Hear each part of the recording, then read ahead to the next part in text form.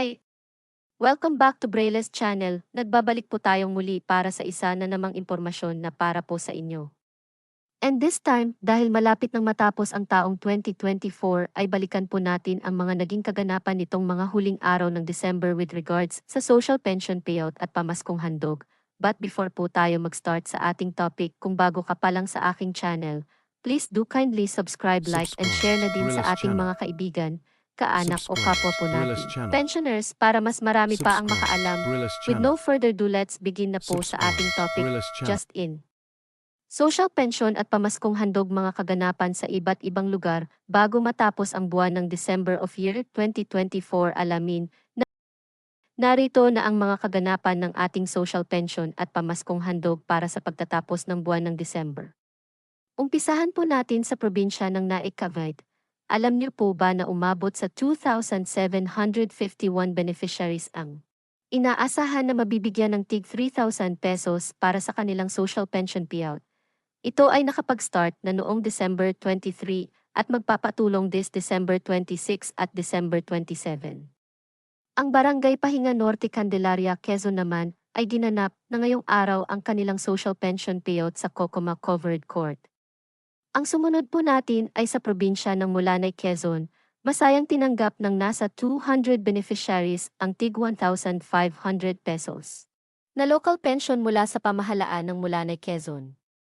Ang probinsya naman ng Kidapo-Tabato ay nakatapos na rin ang kanilang payout at ito ay naipagkaloob sa 341 social pension beneficiaries ang nakatanggap ng tig 3,000 pesos. Ito ay mula sa bayan ng Pikit, bayan ng Midsayap, bayan ng Arakan, bayan ng Emlang at bayan ng Magpet. Samantala, umabot din sa 908 social pensioners ng Dinalupihan, Bataan ang napagkalooban ng social pension ng tig 3,000 pesos mula sa DSWD.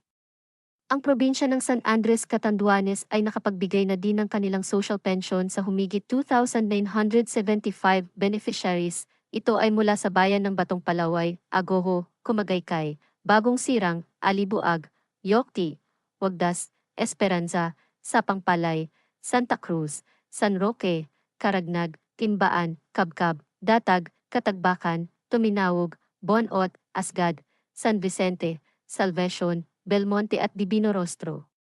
Sila ay napagkalooban ng tig 3,000 pesos.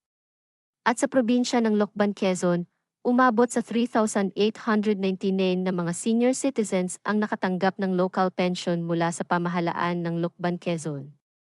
Samantala, patuloy pa rin sa pamimigay ng pamaskong handog ang probinsya ng Culion, Palawan para sa kanilang mga senior citizens. Ito ay magpapatuloy hanggang sa maubos ang kanilang stocks. Naway maging masaya po ang inyong Kapaskuhan. Hangad ko po ang inyong malusog na pangangatawan at isipan. That's it. Ito pa lamang ang mga naging kaganapan sa ating social pension payout at pamaskong handog sa mga nagdaang araw. Manatili po kayong nakatutok sa aking channel para sa mga latest payout updates at iba pang impormasyon na para po sa inyo. Makakaasa po kayo sa susunod na taon ay magiging aktibo po tayo sa mga bagong kaganapan at payout na para po sa inyo. Marami pong salamat and God bless po sa inyong lahat. Merry Christmas po, mga mahal kong mga seniors.